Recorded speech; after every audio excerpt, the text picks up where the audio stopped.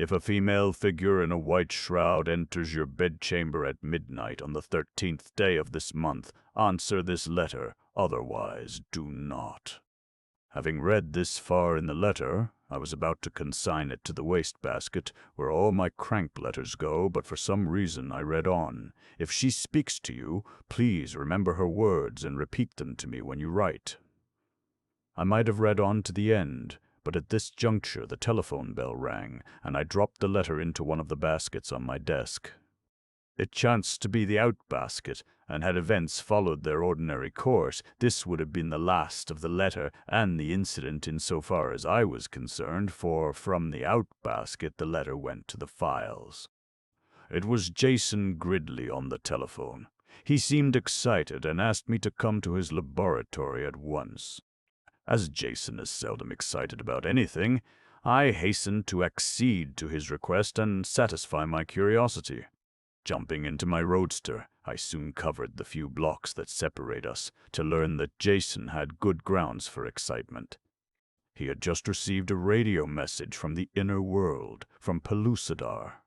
On the eve of the departure of the great dirigible O-220 from the Earth's core, following the successful termination of that historic expedition, Jason had determined to remain and search for von Horst, the only missing member of the party.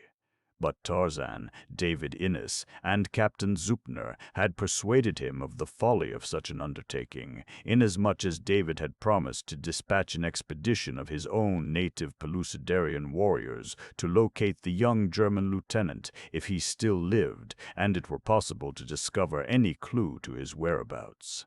Notwithstanding this, and though he had returned to the outer world with the ship, Jason had always been harassed by a sense of responsibility for the fate of von Horst, a young man who had been most popular with all the members of the expedition, and had insisted time and time again that he regretted having left Pellucidar until he had exhausted every means within his power of rescuing von Horst, or learned definitely that he was dead.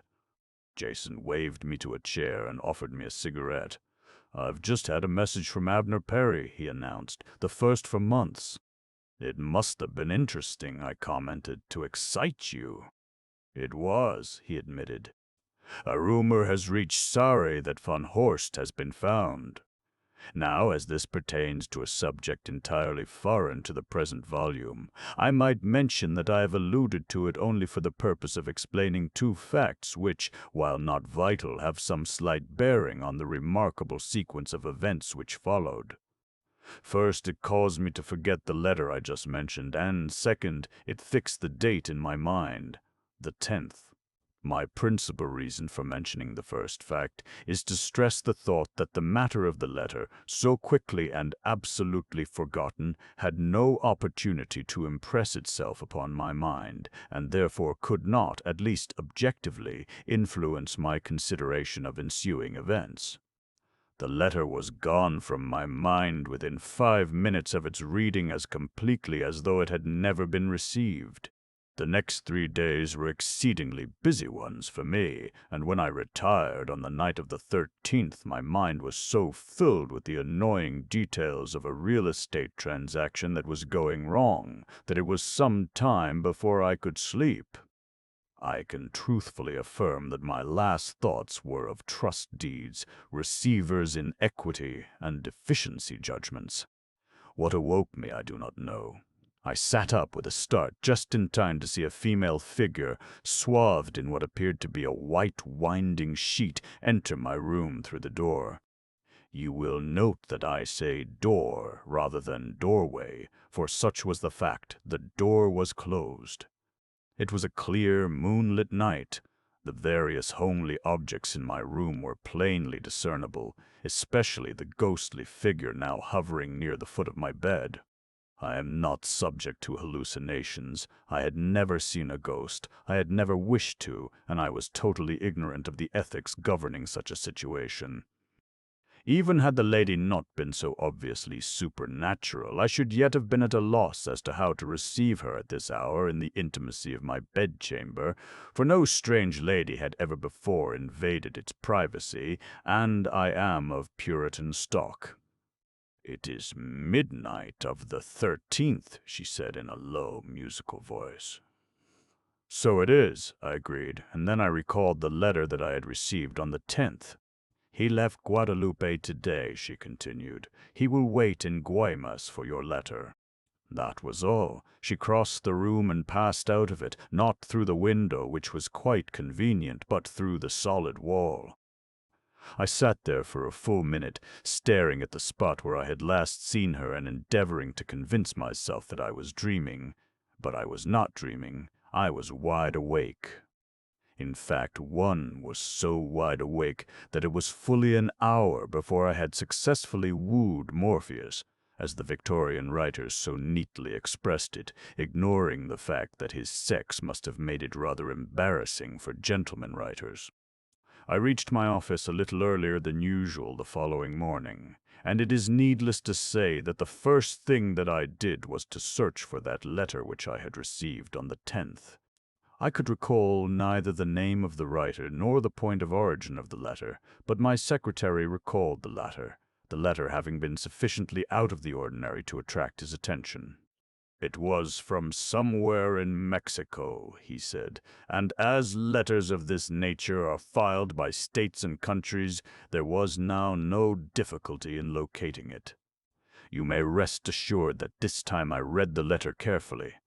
It was dated the 3rd and postmarked Guaymas. Guaymas is a seaport in Sonora on the Gulf of California.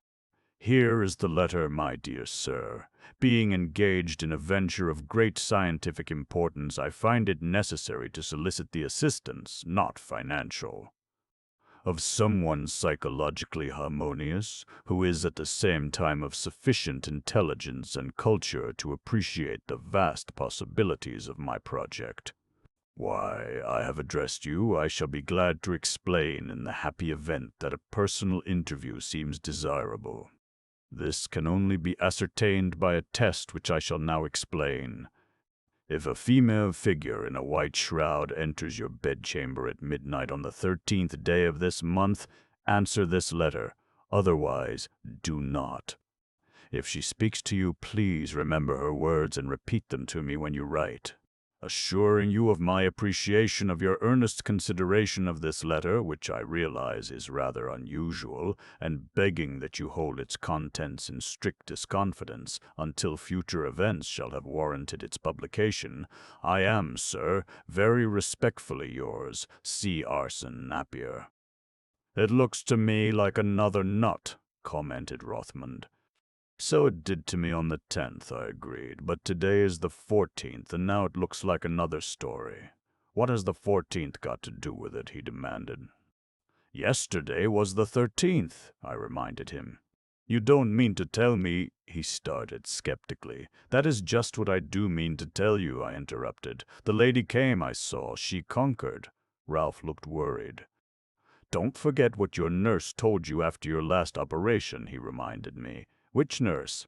I had 9, and no 2 of them told me the same things." "Jerry.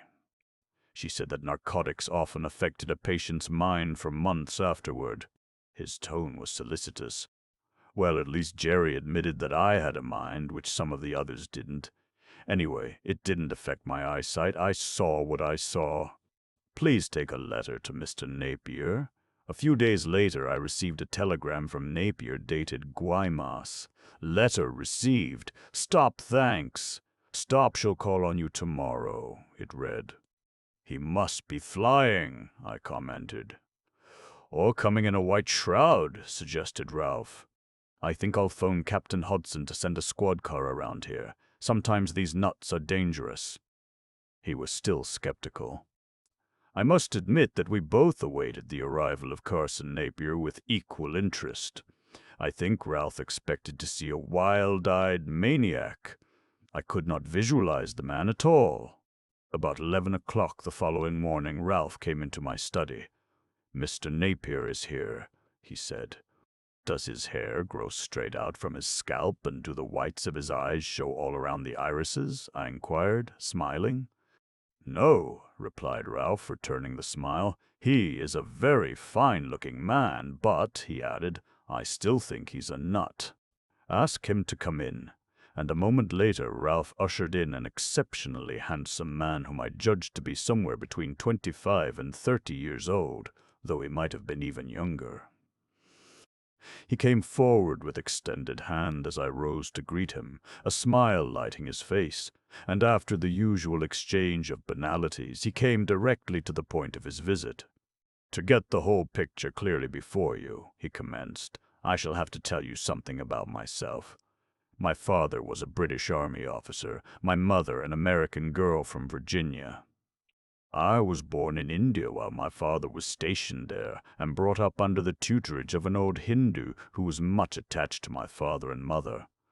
This, Chan Kabi, was something of a mystic, and he taught me many things that are not in the curriculums of schools for boys under 10. Among them was telepathy, which he had cultivated to such a degree that he could converse with one in psychological harmony with himself quite as easily at great distances as when face to face. Not only that, but he could project mental images to great distances so that the recipient of his thought waves could see what Chand Kabi was seeing or whatever else Chand Kabi wished him to see. These things he taught me. "And it was thus you caused me to see my midnight visitor on the 13th?" I inquired. He nodded. "That test was necessary in order to ascertain if we were in psychological harmony. Your letter, quoting the exact words that I had caused the apparition to appear to speak, convinced me that I had at last found the person for whom I have been searching for some time. But to get on with my story, I hope I am not boring you, but I feel that it is absolutely necessary that you should have full knowledge of my antecedents and background, in order that you may decide whether I am worthy of your confidence and assistance or not." I assured him that I was far from being bored, and he proceeded. "I was not quite 11 when my father died, and my mother brought me to America. We went to Virginia first and lived there for 3 years with my mother's grandfather, Judge John Carson, with whose name and reputation you are doubtless familiar, as who is not. After the grand old man died, Mother and I came to California, where I attended public schools and later entered a small college at Claremont, which is noted for its high scholastic standing and the superior personnel of both its faculty and student body.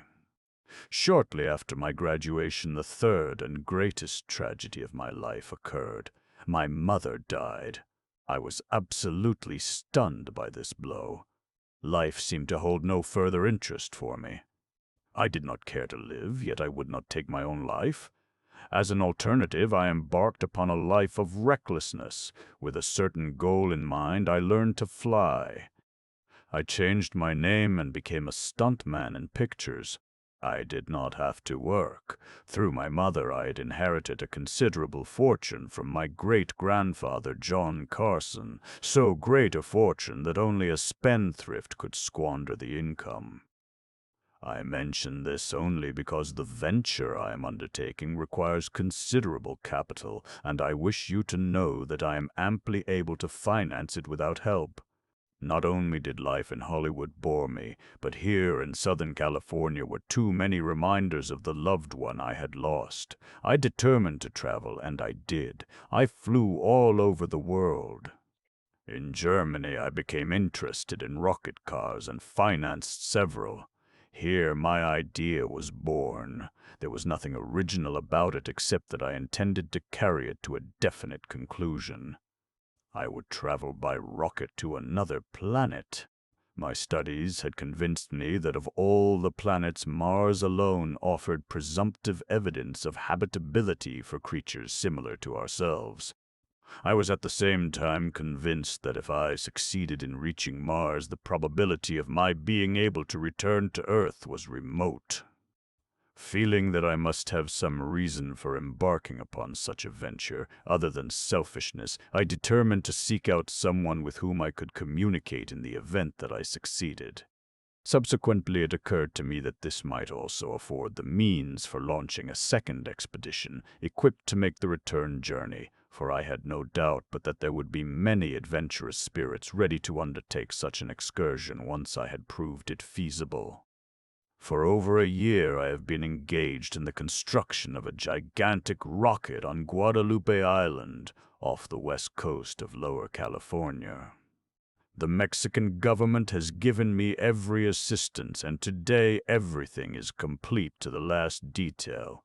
I am ready to start at any moment." As he ceased speaking, he suddenly faded from view. The chair in which he had been sitting was empty. There was no one in the room but myself. I was stunned, almost terrified.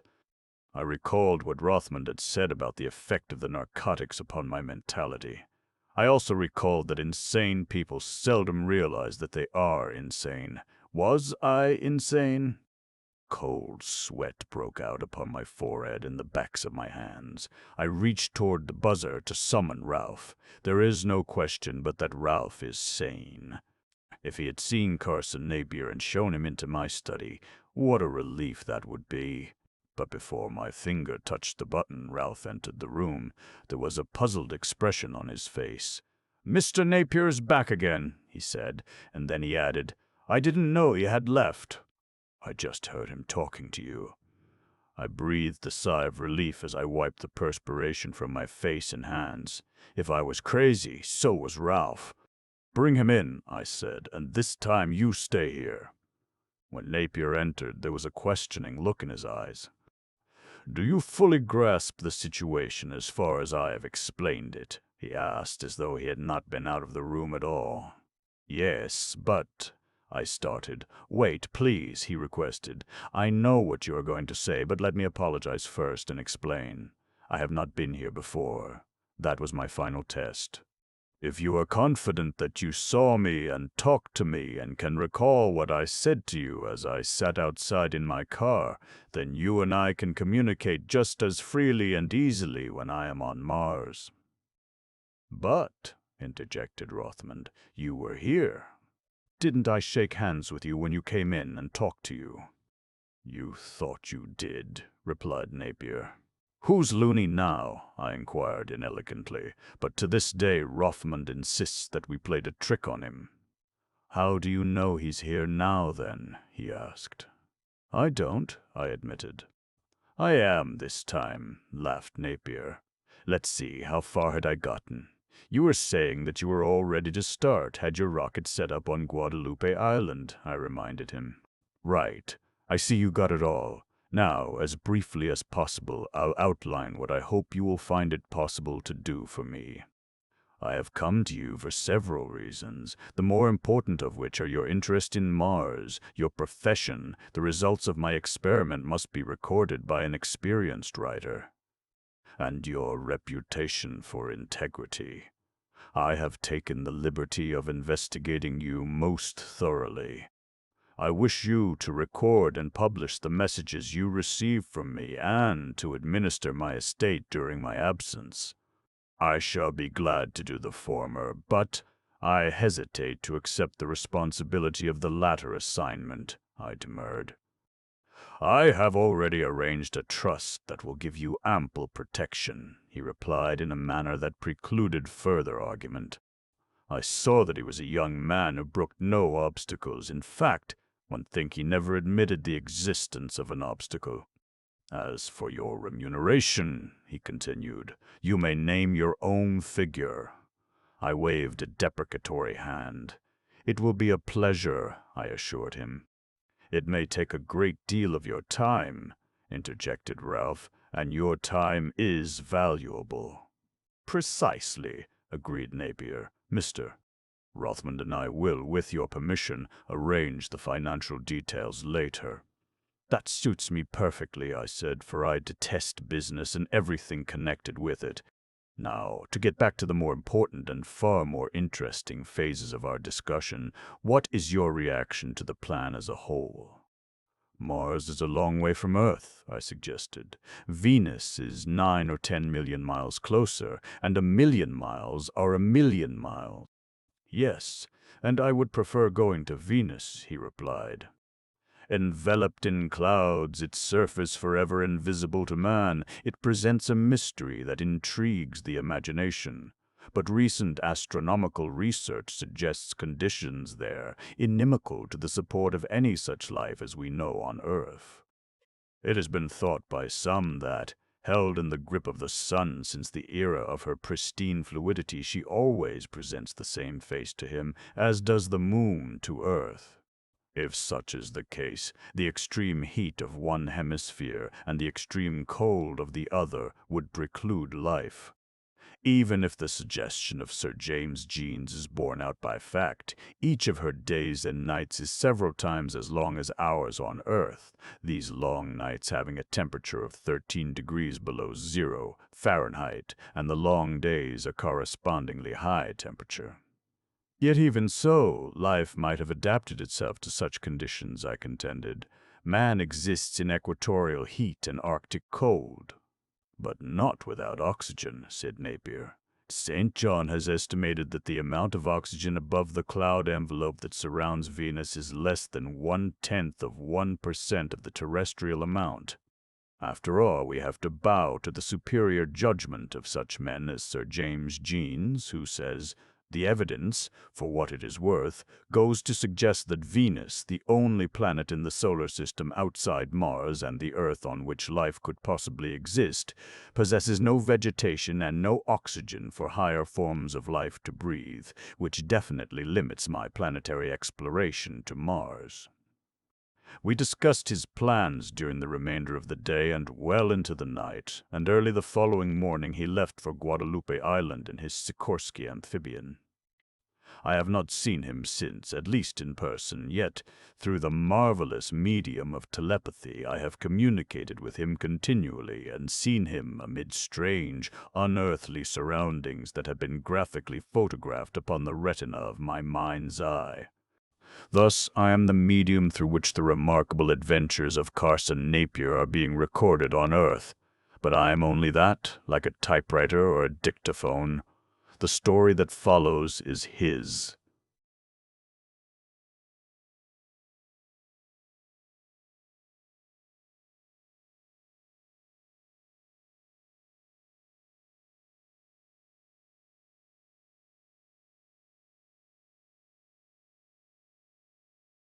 Off for Mars. As I set my ship down in the sheltered cove along the shore of desolate Guadalupe, a trifle over 4 hours after I left Tarzana, the little Mexican steamer I had chartered to transport my men, materials, and supplies from the mainland rode peacefully at anchor in the tiny harbor. While on the shore, waiting to welcome me, were grouped the laborers, mechanics, and assistants who had worked with such wholehearted loyalty for long months in preparation for this day. Towering head and shoulders above the others loomed Jimmy Welsh, the only American among them. I taxied in close to shore and moored the ship to a buoy, while the men launched a dory and rowed out to get me. I had been absent less than a week, most of which had been spent in Guaymas awaiting the expected letter from Tarzana, but so exuberantly did they greet me, one might have thought me a long-lost brother returned from the dead. So dreary and desolate and isolated is Guadalupe to those who must remain upon her lonely shores for even a brief interval between contacts with the mainland. Perhaps the warmth of their greeting may have been enhanced by a desire to conceal their true feelings. We had been together constantly for months. Warm friendships had sprung up between us, and tonight we were to separate with little likelihood that they and I should ever meet again. This was to be my last day on Earth. After today I should be as dead to them as though 3 feet of earth covered my inanimate corpse. It is possible that my own sentiments colored my interpretation of theirs, for I am frank to confess that I had been apprehending this last moment as the most difficult of the whole adventure. I have come in contact with the peoples of many countries, but I recall none with more lovable qualities than Mexicans who have not been contaminated by too close contact with the intolerance and commercialism of Americans. And then there was Jimmy Welsh. It was going to be like parting with a brother when I said goodbye to him. For months he had been begging to go with me, and I knew that he would continue to beg up to the last minute, but I could not risk a single life unnecessarily. We all piled into the trucks that we had used to transport supplies and materials from the shore to the camp, which lay inland a few miles, and bumped over our makeshift road to the little tableland where the giant torpedo lay upon its mile-long track. "Everything is ready," said Jimmy. "We polished off the last details this morning. Every roller on the track has been inspected by at least a dozen men. We towed the old crate back and forth over the full length of the track 3 times with the truck, and then repacked all the rollers with grease. 3 of us have checked over every item of equipment and supplies individually. We've done about everything but fire the rockets, and now we're ready to go. You are going to take me along, aren't you, Carr?" I shook my head. "Please don't, Jimmy," I begged. "I have a perfect right to gamble with my own life, but not with yours, so forget it." "But I am going to do something for you," I added, "just as a token of my appreciation of the help you've given me and all that sort of rot. I'm going to give you my ship to remember me by." He was grateful, of course, but still he could not hide his disappointment in not being allowed to accompany me, which was evidenced by an invidious comparison he drew between the ceiling of the Sikorsky and that of the old crate, as he had affectionately dubbed the great torpedo-like rocket that was to bear me out into space in a few hours. "A 35-million-mile ceiling," he mourned dolefully. "Think of it, Mars for a ceiling." "And may I hit the ceiling?" I exclaimed fervently. The laying of the track upon which the torpedo was to take off had been the subject of a year of calculation and consultation. The day of departure had been planned far ahead, and the exact point at which Mars would rise above the eastern horizon on that night calculated, as well as the time. Then it was necessary to make allowances for the rotation of the earth and the attraction of the nearer heavenly bodies. The track was then laid in accordance with these calculations. It was constructed with a very slight drop in the first 3/4 of a mile, and then rose gradually at an angle of 2½ degrees from horizontal. A speed of 4½ miles per second at the takeoff would be sufficient to neutralize gravity. To overcome it, I must attain a speed of 6.93 miles per second. To allow a sufficient factor of safety, I had powered the torpedo to attain a speed of 7 miles per second at the end of the runway, which I purposed stepping up to 10 miles per second while passing through the Earth's atmosphere. What my speed would be through space was problematical, but I based all my calculations on the theory that it would not deviate much from the speed at which I left the Earth's atmosphere until I came within the influence of the gravitational pull of Mars. The exact instant at which to make the start had also caused me considerable anxiety. I had calculated it again and again, but there were so many factors to be taken into consideration that I had found it expedient to have my figures checked and rechecked by a well-known physicist and an equally prominent astronomer. Their deductions tallied perfectly with mine. The torpedo must start upon its journey toward Mars some time before the red planet rose above the eastern horizon. The trajectory would be along a constantly flattening arc, influenced considerably at first by the Earth's gravitational pull, which would decrease inversely as the square of the distance attained. As the torpedo left the Earth's surface on a curved tangent, its departure must be so nicely timed that when it eventually escaped the pull of the Earth, its nose would be directed toward Mars. On paper, these figures appeared most convincing, but, as the moment approached for my departure, I must confess to a sudden realization that they were based wholly upon theory, and I was struck with the utter folly of my mad venture. For a moment I was aghast. The enormous torpedo, with its 60 tons, lying there at the end of its mile-long track, loomed above me, the semblance of a gargantuan coffin, my coffin, in which I was presently to be dashed to earth, or to the bottom of the Pacific, or cast out into space to wander there to the end of time. I was afraid. I admit it. But it was not so much the fear of death as the effect of the sudden realization of the stupendousness of the cosmic forces against which I had pitted my puny powers that temporarily unnerved me. Then Jimmy spoke to me. "Let's have a last look at things inside the old crate before you shove off," he suggested, and my nervousness and my apprehensions vanished beneath the spell of his quiet tones and his matter-of-fact manner. I was myself again. Together we inspected the cabin, where are located the controls, a wide and comfortable berth, a table, a chair, writing materials, and a well-stocked bookshelf. Behind the cabin is a small galley, and just behind the galley a storeroom containing canned and dehydrated foods sufficient to last me a year. Back of this is a small battery room containing storage batteries for lighting, heating, and cooking, a dynamo, and a gas engine. The extreme stern compartment is filled with rockets and the intricate mechanical device by which they are fed to the firing chambers by means of the controls in the cabin. Forward of the main cabin is a large compartment in which are located the water and oxygen tanks, as well as a quantity of odds and ends necessary either to my safety or comfort. Everything, it is needless to say, is fastened securely against the sudden and terrific stress that must accompany the takeoff. Once out in space, I anticipate no sense of motion, but the start is going to be rather jarring.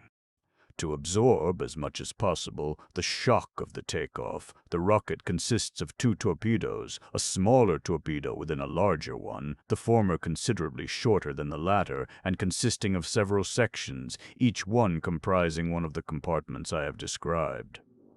Between the inner and outer shells, and between each 2 compartments, is installed a system of ingenious hydraulic shock absorbers designed to more or less gradually overcome the inertia of the inner torpedo during the takeoff. I trust that it functions properly. In addition to these precautions against disaster at the start, the chair in which I shall sit before the controls is not only heavily overstuffed, but is secured to a track or framework that is equipped with shock absorbers. Furthermore, there are means whereby I may strap myself securely into the chair before taking off. I have neglected nothing essential to my safety, upon which depends the success of my project. Following our final inspection of the interior, Jimmy and I clambered to the top of the torpedo for a last inspection of the parachutes, which I hope will sufficiently retard the speed of the rocket after it enters the atmosphere of Mars to permit me to bail out with my own parachute in time to make a safe landing. The main parachutes are in a series of compartments running the full length of the top of the torpedo.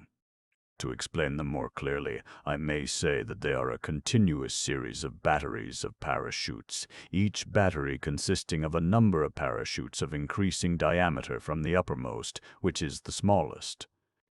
Each battery is in an individual compartment, and each compartment is covered at the will of the operator by controls in the cabin. Each parachute is anchored to the torpedo by a separate cable. I expect about 1/2 of them to be torn loose while checking the speed of the torpedo sufficiently to permit the others to hold and further retard it to a point where I may safely open the doors and jump with my own parachute and oxygen tank. The moment for departure was approaching.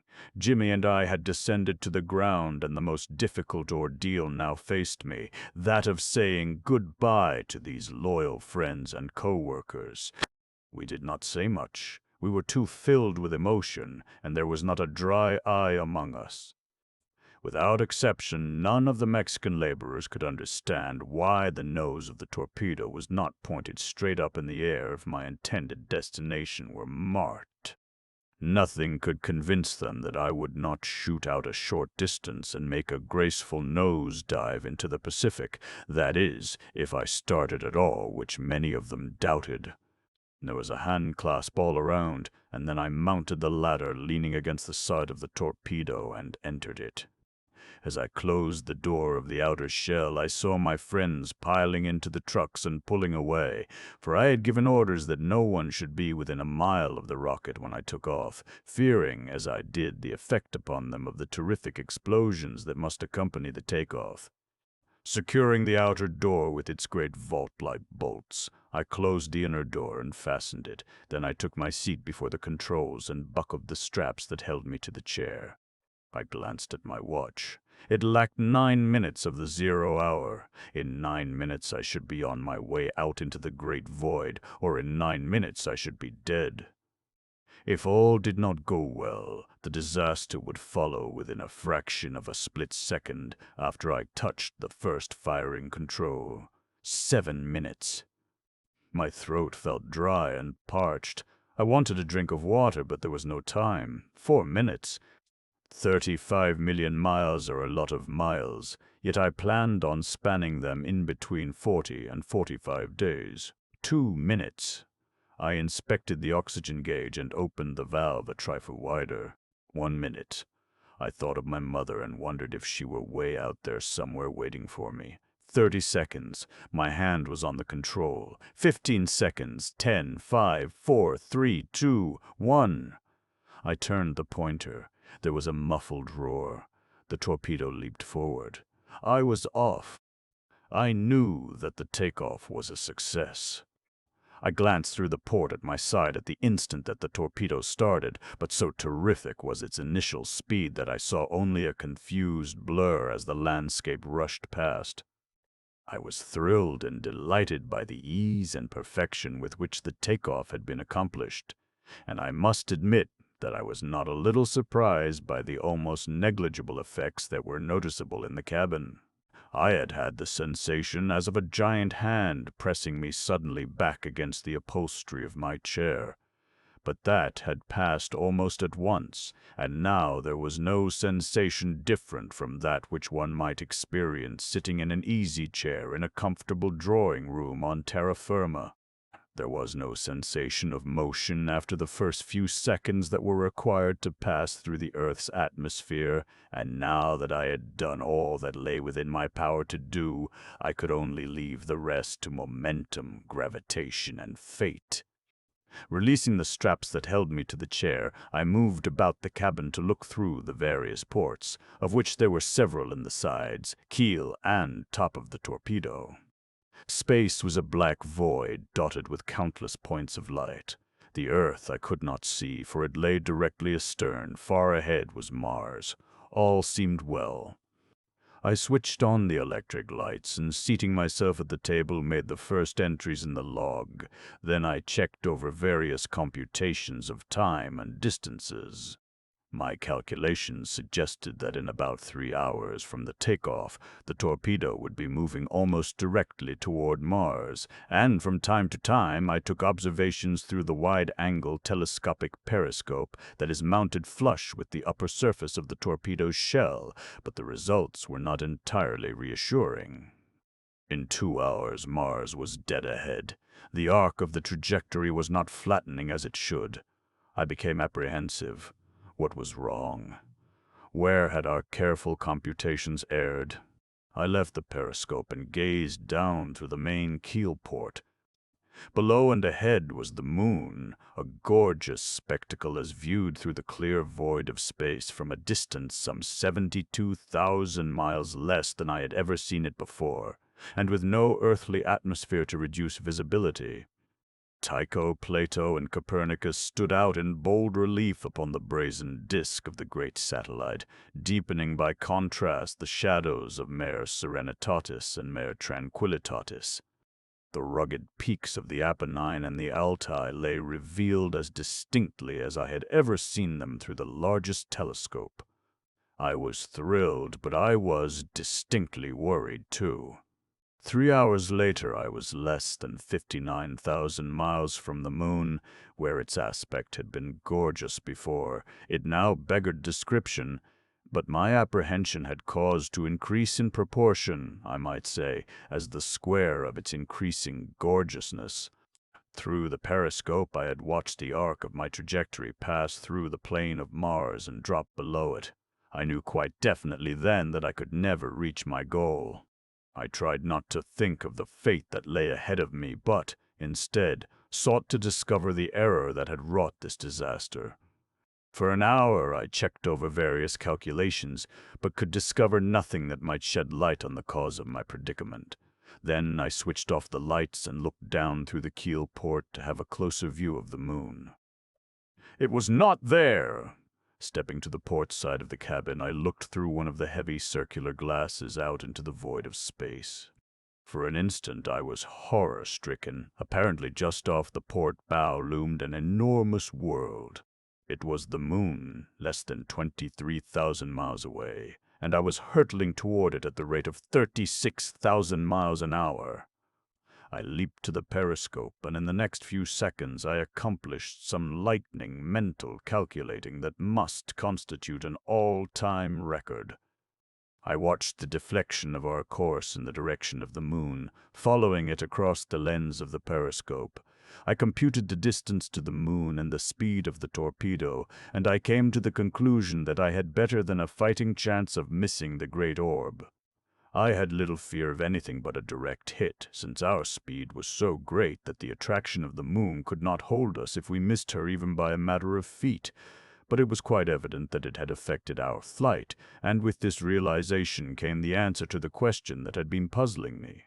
To my mind flashed the printer's story of the first perfect book. It had been said that no book had ever before been published containing not a single error. A great publishing house undertook to publish such a book. The galley proofs were read and reread by a dozen different experts. The page proofs received the same careful scrutiny. At last the masterpiece was ready for the press, errorless. It was printed and bound and sent out to the public, and then it was discovered that the title had been misspelled on the title page. With all our careful calculation, with all our checking and rechecking, we had overlooked the obvious. We had not taken the moon into consideration at all. Explain it if you can. I cannot. It was just one of those things, as people say when a good team loses to a poor one. It was a break, and a bad one. How bad it was I did not even try to conjecture at the time. I just sat at the periscope watching the moon racing toward us.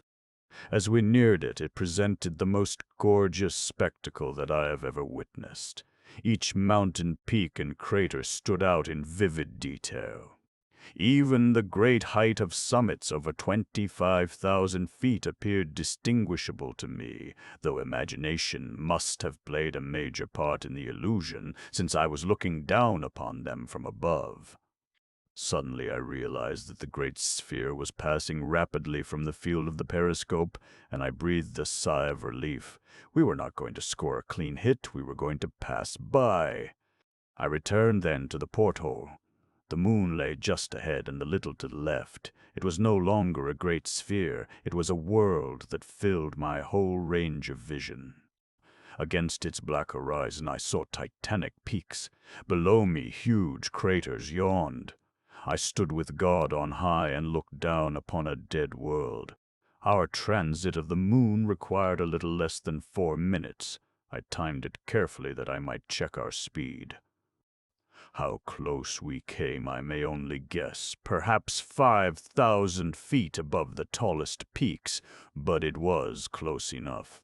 The pull of the moon's gravitation had definitely altered our course, but owing to our speed we had eluded her clutches. Now we were racing away from her, but to what? The nearest star, Alpha Centauri, is 25.5 million miles from Earth. Write that on your typewriter. 25 million miles, million. But why trifle with short distances like this?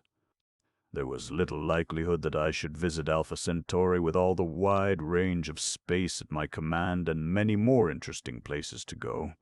I knew that I had ample room in which to wander, since science has calculated the diameter of space to be 84,000 million light-years, which, when one reflects that light travels at the rate of 186,000 miles a. However, I was not greatly concerned with any of these distances, as I had food and water for only a year, during which time the torpedo might travel slightly more than 315 million miles. Even if it reached our near neighbor, Alpha Centauri, I should not then be greatly interested in the event, as I should have been dead for over 80,000 years. Such is the immensity of the universe. During the next 24 hours, the course of the torpedo nearly paralleled the moon's orbit around the Earth. Not only had the pull of the moon deflected its course, But now it seemed evident that the Earth had seized us, and that we were doomed to race through eternity around her, a tiny second satellite. But I did not wish to be a moon, certainly not an insignificant moon that in all probability might not be picked up by even the largest telescope. The next month was the most trying of my life. It seems the height of egotism even to mention my life in the face of the stupendous cosmic forces that engulfed it. But it was the only life I had, and I was fond of it, and the more imminent seemed the moment when it should be snuffed out, the better I liked it. At the end of the second day it was quite apparent that we had eluded the grip of the Earth. I cannot say that I was elated at the discovery. My plan to visit Mars was ruined. I should have been glad to return to Earth. If I could have landed safely on Mars, I certainly could have landed safely on Earth.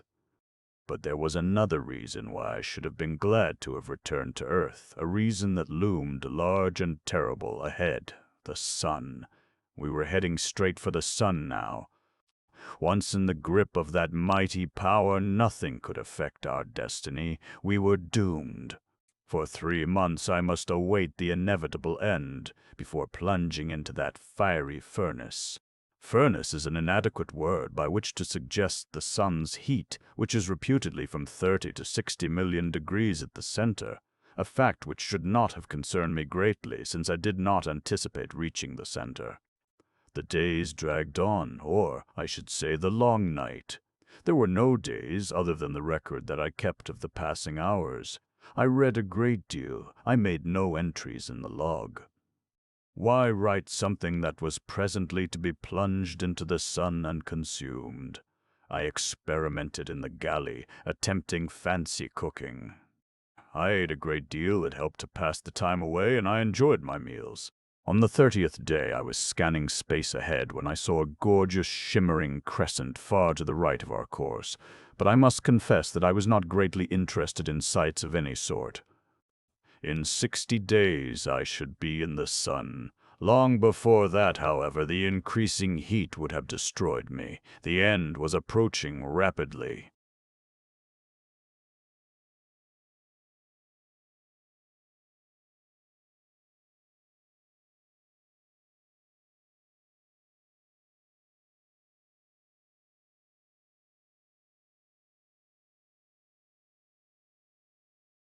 Rushing toward Venus.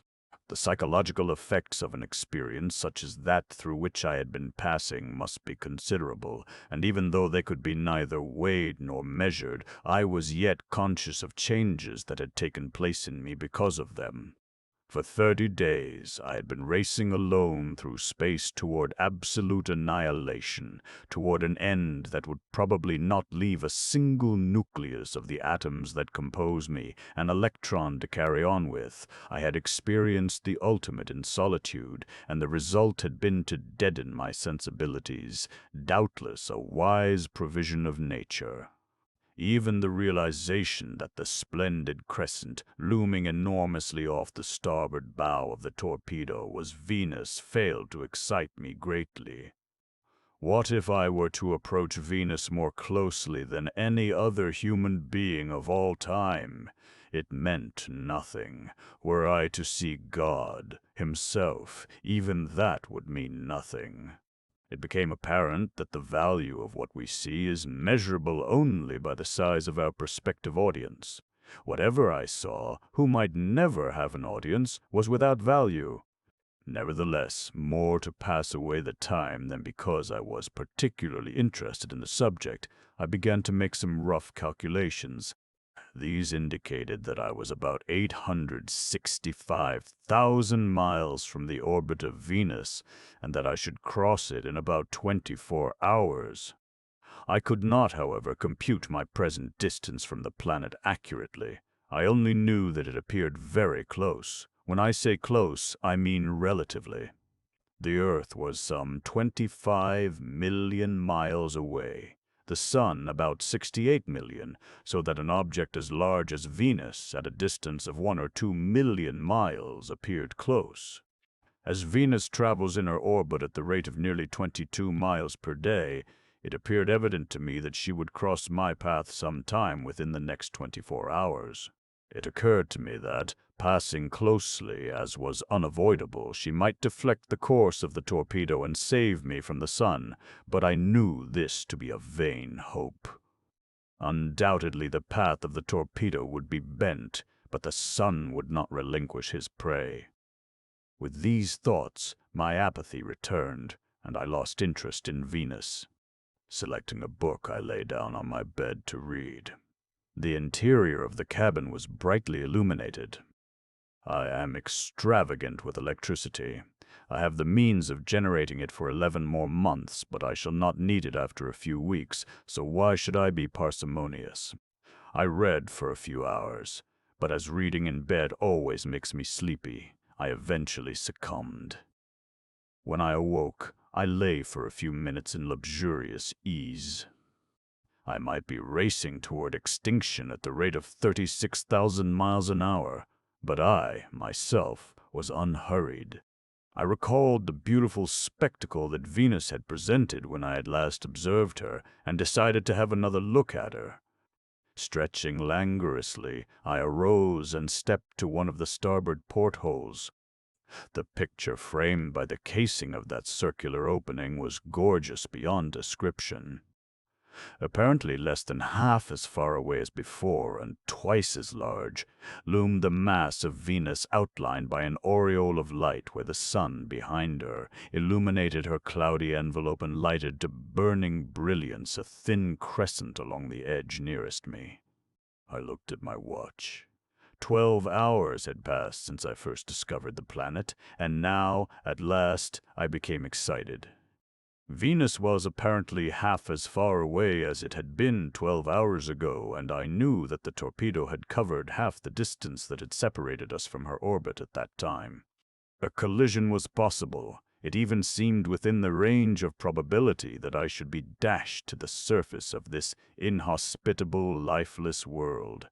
Well, what of it? Am I not already doomed? What difference can it make to me if the end comes a few weeks sooner than I had anticipated? Yet I was excited. I cannot say that I felt fear.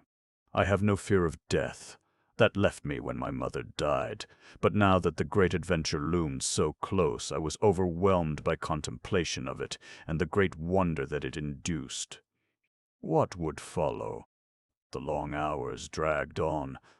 It seemed incredible to me, accustomed though I am to thinking in units of terrific speed, that the torpedo and Venus were racing toward the same point in her orbit at such inconceivable velocities, the one at the rate of 36,000 miles per hour, the other at over 67,000. It was now becoming difficult to view the planet through the side port as she moved steadily closer and closer to our path. I went to the periscope. She was gliding majestically within its range. I knew that at that moment the torpedo was less than 36,000 miles, less than an hour from the path of the planet's orbit, and there could be no doubt now but that she had already seized us in her grasp. We were destined to make a clean hit. Even under the circumstances, I could not restrain a smile at the thought of the marksmanship that this fact revealed. I had aimed at Mars and was about to hit Venus, unquestionably the all-time cosmic record for poor shots. Even though I did not shrink from death, even though the world's best astronomers have assured us that Venus must be unfitted to support human life, that where her surface is not unutterably hot, it is unutterably cold, even though she be oxygenless, as they aver, yet the urge to live that is born with each of us compelled me to make the same preparations to land that I should have had I successfully reached my original goal, Mars. Slipping into a fleece-lined suit of coveralls, I donned goggles and a fleece-lined helmet. Then I adjusted the oxygen tank that was designed to hang in front of me, lest it foul the parachute, and which can be automatically jettisoned in the event that I reach an atmosphere that will support life, for it would be an awkward and dangerous appendage to be cumbered with while landing. Finally, I adjusted my chute. I glanced at my watch. If my calculations have been correct, we should strike in about 15 minutes. Once more I returned to the periscope. The sight that met my eyes was awe-inspiring. We were plunging toward a billowing mass of black clouds. It was like chaos on the dawn of creation. The gravitation of the planet had seized us. The floor of the cabin was no longer beneath me. I was standing on the forward bulkhead now, but this condition I had anticipated when I designed the torpedo. We were diving nose on toward the planet. In space there had been neither up nor down, but now there was a very definite down. From where I stood I could reach the controls, and beside me was the door in the side of the torpedo. I released 3 batteries of parachutes and opened the door in the wall of the inner torpedo. There was a noticeable jar, as though the parachutes had opened and temporarily checked the speed of the torpedo. This must mean that I had entered an atmosphere of some description and that there was not a... With a single movement of a lever, I loosed the remaining parachutes, then I turned to the outer door. Its bolts were controlled by a large wheel set in the center of the door and were geared to open quickly and with ease. I adjusted the mouthpiece of the oxygen line across my lips and quickly spun the wheel. Simultaneously, the door flew open and the air pressure within the torpedo shot me out into space. My right hand grasped the ripcord of my chute, but I waited. I looked about for the torpedo. It was racing almost parallel with me, all its parachutes distended above it. Just an instant's glimpse I had of it, and then it dove into the cloud mass and was lost to view. But what a weirdly magnificent spectacle it had presented in that brief instant. Safe now from any danger of fouling with the torpedo, I jerked the ripcord of my parachute just as the clouds swallowed me. Through my fleece-lined suit I felt the bitter cold. Like a dash of ice water, the cold clouds slapped me in the face.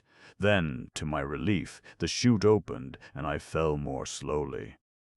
Down, down, down I dropped. I could not even guess the duration, nor the distance. It was very dark and very wet, like sinking into the depths of the ocean without feeling the pressure of the water. My thoughts during those long moments were such as to baffle description. Perhaps the oxygen made me a little drunk, I do not know.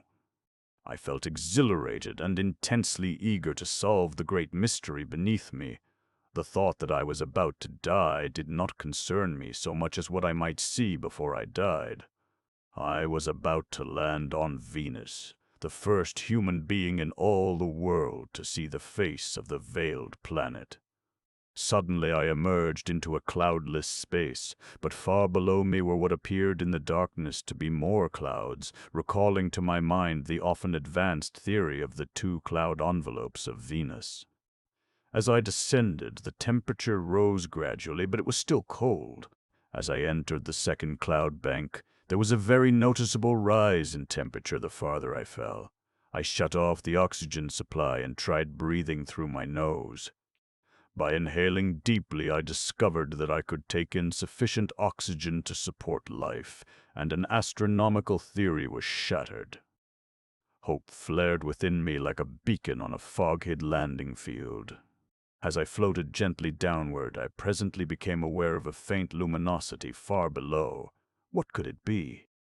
There were many obvious reasons why it could not be sunlight. Sunlight would not come from below, and, furthermore, it was night on this hemisphere of the planet. Naturally, many weird conjectures raced through my mind. I wondered if this could be the light from an incandescent world, but immediately discarded that explanation as erroneous, knowing that the heat from an incandescent world would long since have consumed me. Then it occurred to me that it might be refracted light from that portion of the cloud envelope illuminated by the sun. Yet if such were the case, it seemed obvious that the clouds about me should be luminous, which they were not. There seemed only one practical solution. It was the solution that an Earthman would naturally arrive at. Being what I am, a highly civilized creature from a world already far advanced by science and invention, I attributed the source of this light to these twin forces of superior intelligence. I could only account for that faint glow by attributing it to the reflection upon the underside of the cloud mass of artificial light produced by intelligent creatures upon the surface of this world toward which I was slowly settling. I wondered what these beings would be like, and if my excitement grew as I anticipated the wonders that were soon to be revealed to my eyes, I believed that it was a pardonable excitement under the circumstances. Upon the threshold of such an adventure, who would not have been moved to excitement by contemplation of the experiences awaiting him? Now I removed the mouthpiece of the oxygen tube entirely and found that I could breathe easily. The light beneath me was increasing gradually. About me I thought I saw vague, dark shapes among the cloud masses. Shadows, perhaps, but of what? I detached the oxygen tank and let it fall. I distinctly heard it strike something an instant after I had released it. Then a shadow loomed darkly beneath me, and an instant later my feet struck something that gave beneath them. I dropped into a mass of foliage and grasped wildly for support. A moment later I began to fall more rapidly and guessed what had happened. The parachute had been up-tilted by contact with the foliage. I clutched at leaves and branches fruitlessly, and then I was brought to a sudden stop. Evidently the chute had fouled something. I hoped that it would hold until I found a secure resting place. As I groped about in the dark, my hand finally located a sturdy branch, and a moment later I was astride it, my back to the bole of a large tree. Another theory gone, the ignoble path of countless predecessors. It was evident that there was vegetation on Venus. At least there was one tree, I could vouch for that, as I was sitting in it, and doubtless the black shadows I had passed were other, taller trees. Having found secure lodgment, I divested myself of my parachute after salvaging some of its ropes and the straps from the harness, which I thought I might find helpful in descending the tree. Starting at the top of a tree, in darkness and among clouds, one may not be positive what the tree is like nearer the ground. I also removed my goggles. Then I commenced to descend. The girth of the tree was enormous, but the branches grew sufficiently close together to permit me to find safe footing. I did not know how far I had fallen through the second cloud stratum before I lodged in the tree, nor how far I had descended the tree. But altogether it must have been close to 2,000 feet, yet I was still in the clouds. Could the entire atmosphere of Venus be forever fog-laden? I hoped not, for it was a dreary prospect. The light from below had increased a little as I descended, but not much. It was still dark about me. I continued to descend. It was tiresome work and not without danger, this climbing down an unfamiliar tree in a fog, at night, toward an unknown world. But I could not remain where I was, and there was nothing above to entice me upward, so I continued to descend. What a strange trick fate had played me. I had wanted to visit Venus, but had discarded the idea when assured by my astronomer friends that the planet could not support either animal or vegetable life. I had started for Mars, and now, fully 10 days before I had hoped to reach the red planet, I was on Venus, breathing perfectly good air among the branches of a tree that evidently dwarfed the giant sequoias. The illumination was increasing rapidly now. The clouds were thinning. Through breaks I caught glimpses far below, glimpses of what appeared to be an endless vista of foliage, softly moonlit. But Venus had no moon.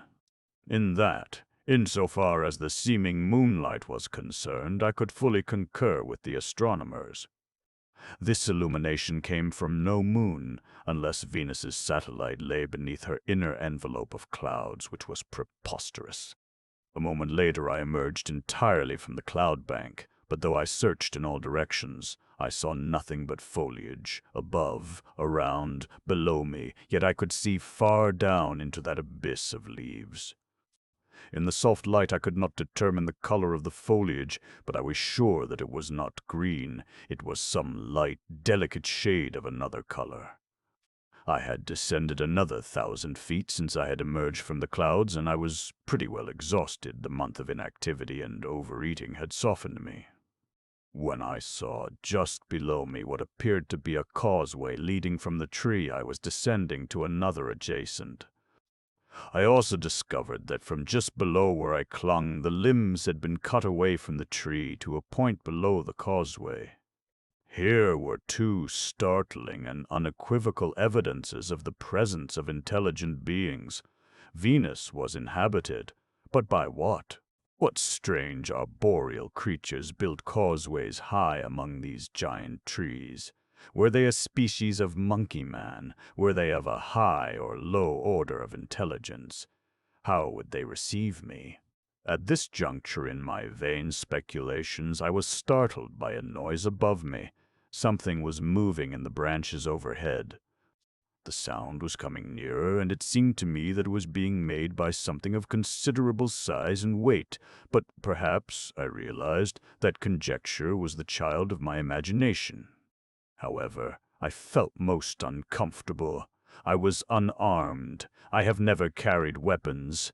My friends had urged a perfect arsenal upon me before I embarked upon my adventure, but I had argued that if I arrived on Mars unarmed, it would be prima facie evidence of my friendly intentions, and even if my reception were warlike, I should be no worse off, since I could not hope, single-handed, to conquer a world, no matter how well armed I were. Suddenly, above me, to the crashing of some heavy body through the foliage were added hideous screams and snarls, and in the terrifying dissonance I recognized the presence of more than a single creature.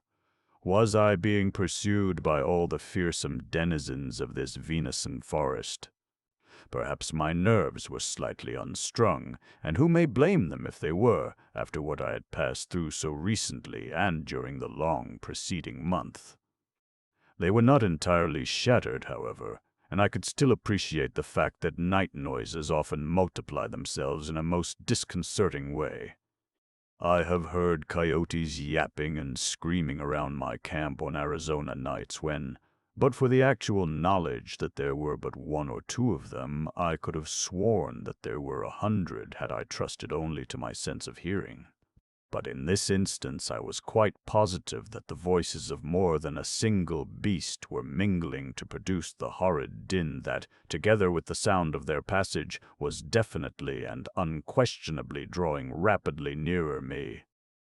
Of course, I did not know that the owners of those awesome voices were pursuing me, though a still small voice within seemed to be assuring me that such was the fact. I wished that I might reach the causeway below me. I should feel better standing squarely on 2 feet. But it was too far to drop, and there were no more friendly branches to give me support. Then I thought of the ropes I had salvaged from the abandoned parachute. Quickly uncoiling them from about my waist, I looped one of them over the branch upon which I sat, grasped both strands firmly in my hands, and prepared to swing from my porch. Suddenly the screams and snarling growls ceased, and then, close above me now, I heard the noise of something descending toward me and saw the branches shaking to its weight. Lowering my body from the branch, I swung downward and slid the 15 or more feet to the causeway, and as I alighted, the silence of the great forest was again shattered by a hideous scream just above my head. Looking up quickly, I saw a creature launching itself toward me, and just beyond it, a snarling face of utter hideousness. I caught but the briefest glimpse of it, just enough to see that it was a face with eyes and a mouth. Then it was withdrawn amidst the foliage. Perhaps I only sensed that hideous vision subconsciously at the time, for the whole scene was but a flash upon the retina of my eye, and the other beast was in midair above me at the instant. But it remained indelibly impressed upon my memory, and I was to recall it upon a later day under circumstances so harrowing that the mind of mortal earthman may scarce conceive them. As I leaped back to avoid the creature springing upon me, I still clung to one strand of the rope down which I had lowered myself to the causeway. My grasp upon the rope was unconscious and purely mechanical. It was in my hand, and my fist was clenched, and as I leaped away, I dragged the rope with me. A fortuitous circumstance, no doubt, but a most fortunate one. The creature missed me, alighting on all fours a few feet from me, and there it crouched, apparently slightly bewildered, and fortunately for me it did not immediately charge, giving me the opportunity to collect my wits and back slowly away, at the same time mechanically coiling the rope in my right hand.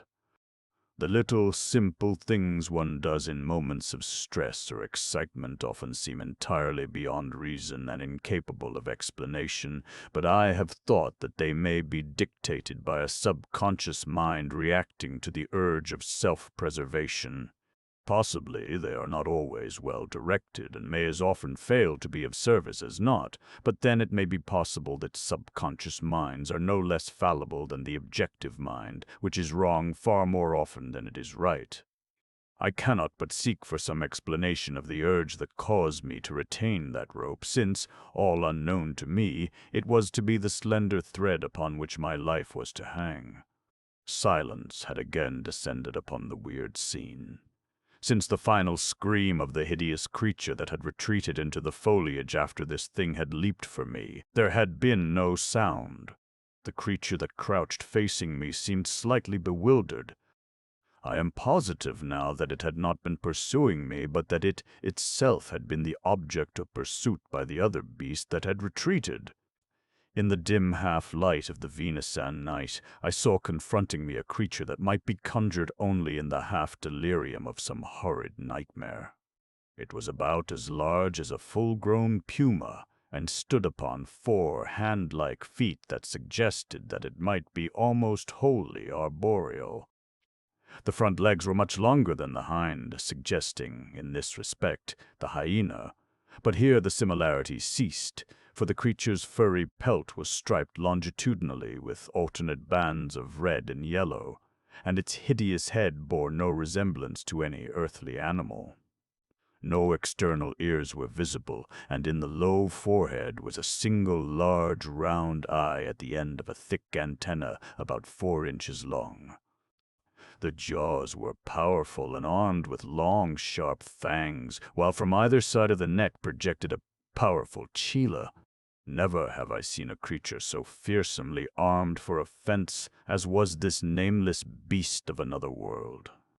With those powerful crab-like pincers, it could easily have held an opponent far stronger than a man and dragged it to those terrible jaws.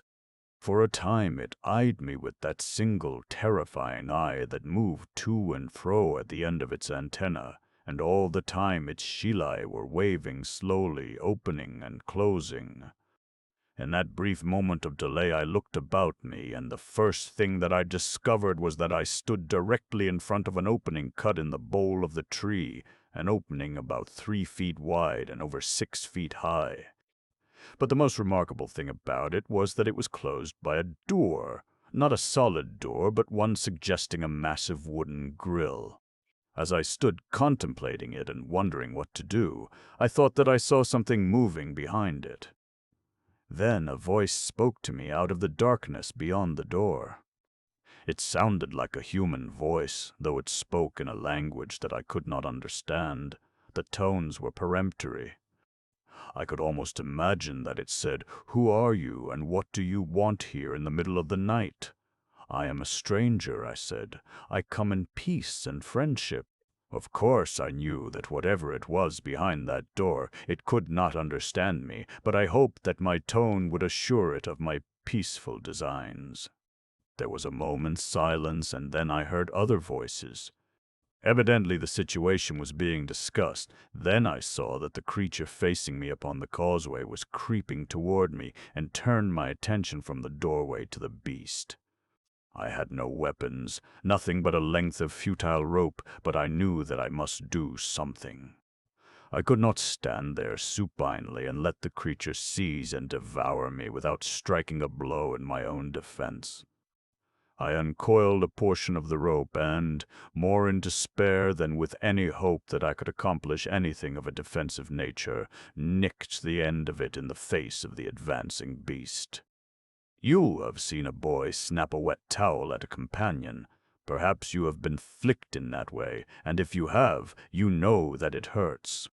Of course, I did not expect to overcome my adversary by any such means as this. To be truthful, I did not know what I did expect to accomplish. Perhaps I just felt that I must do something, and this was the only thing that occurred to me. The result merely demonstrated the efficiency of that single eye and the quickness of the chili. I snapped that rope as a ringmaster snaps a whip, but though the rope end traveled with great speed and the act must have been unexpected, the creature caught the rope in one of its chili before it reached its face. Then it hung on and sought to drag me toward those frightful jaws. I learned many a trick of roping from a cowboy friend of my motion picture days, and one of these I now put into use in an endeavor to entangle the crab-like chili. Suddenly giving the rope sufficient slack, I threw a half-hitch around the chila that gripped it, immediately following it with a second, whereupon the creature commenced to pull desperately away. I think it was motivated solely by an instinctive urge to pull toward its jaws anything that was held in its chili. But for how long it would continue to pull away before it decided to change its tactics and charge me, I could not even guess, and so I acted upon a sudden inspiration and hurriedly made fast the end of the rope that I held to one of the stout posts that supported the handrail of the causeway. Then, of a sudden, the thing charged me, roaring furiously. I turned and ran, hoping that I could get out of the reach of those terrible chili before the creature was stopped by the rope, and this I but barely managed to do. I breathed a sigh of relief as I saw the great body flipped completely over on its back as the rope tautened, but the hideous scream of rage that followed left me cold. Nor was my relief of any great duration, for as soon as the creature had scrambled to its feet, it seized the rope in its other chela and severed it as neatly as one might with a pair of monstrous tinner's snips, and then it was after me again, but this time it did not creep. It seemed evident that my stay upon Venus was to be brief, when suddenly the door in the tree swung open and 3 men leaped to the causeway just behind the charging terror that was swiftly driving down upon me. The leading man hurled a short, heavy spear that sank deep into the back of my infuriated pursuer. Instantly the creature stopped in its tracks and wheeled about to face these new and more dangerous tormentors, and as he did so 2 more spears, hurled by the companions of the first man, drove into his chest, and with a last frightful scream the thing dropped in its tracks, dead. Then the leading man came toward me. In the subdued light of the forest he appeared no different from an earthman. He held the point of a straight, sharp sword pointed at my vitals. Close behind him were the other 2 men, each with a drawn sword. The first man spoke to me in a stern, commanding voice, but I shook my head to indicate that I could not understand. Then he pressed the point of his weapon against my coveralls, opposite the pit of my stomach, and jabbed. I backed away. He advanced and jabbed at me again, and again I backed along the causeway. Now the other 2 men advanced, and the 3 of them fell to examining me, meanwhile talking among themselves. I could see them better now. They were about my own height, and in every detail of their visible anatomy they appeared identical with terrestrial human beings, nor was a great deal left to my imagination.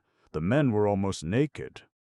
They wore loincloths, and little else other than the belts that supported the scabbards of their swords. Their skins appeared to be much darker than mine, but not so dark as a Negro's, and their faces were smooth and handsome. Several times one or another of them addressed me, and I always replied, but neither understood what the other said. Finally, after a lengthy discussion, one of them re-entered the opening in the tree, and a moment later I saw the interior of a chamber, just within the doorway, illuminated. Then one of the 2 remaining men motioned me forward and pointed toward the doorway. Understanding that he wished me to enter, I stepped forward, and as I passed them, they kept their sword points against my body. They were taking no chances with me. The other man awaited me in the center of a large room hewn from the interior of the great tree. Beyond him were other doorways leading from this room, doubtless into other apartments. There were chairs and a table in the room. The walls were carved and painted. There was a large rug upon the floor. From a small vessel depending from the center of the ceiling, a soft light illuminated the interior as brightly as might sunlight flooding through an open window. But there was no glare. The other men had entered and closed the door, which they fastened by a device that was not apparent to me at the time. Then one of them pointed to a chair and motioned me to be seated. Under the bright light they examined me intently, and I them. My clothing appeared to puzzle them most. They examined and discussed its material, texture, and weave, if I could judge correctly by their gestures and inflections. Finding the heat unendurable in my fleece-lined coveralls, I removed them and my leather coat and polo shirt. Each newly revealed article aroused their curiosity and comment. My light skin and blonde hair also received their speculative attention. Presently one of them left the chamber, and while he was absent another removed the various articles that had lain upon the table. These consisted of what I took to be books bound in wooden and in leather covers, several ornaments, and a dagger in a beautifully wrought sheath. When the man who had left the room returned, he brought food and drink which he placed upon the table, and by signs the three indicated that I might eat. There were fruits and nuts in highly polished carved wooden bowls.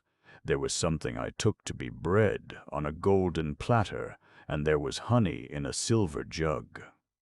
A tall, slender goblet contained a whitish liquid that resembled milk. This last receptacle was a delicate, translucent ceramic of an exquisite blue shade.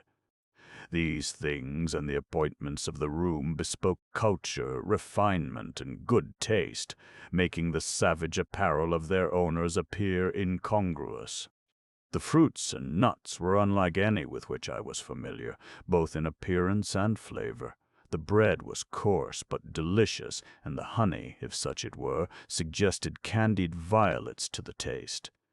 The milk, I can find no other earthly word to describe it, was strong and almost pungent, yet far from unpleasant. I imagined at the time that one might grow to be quite fond of it,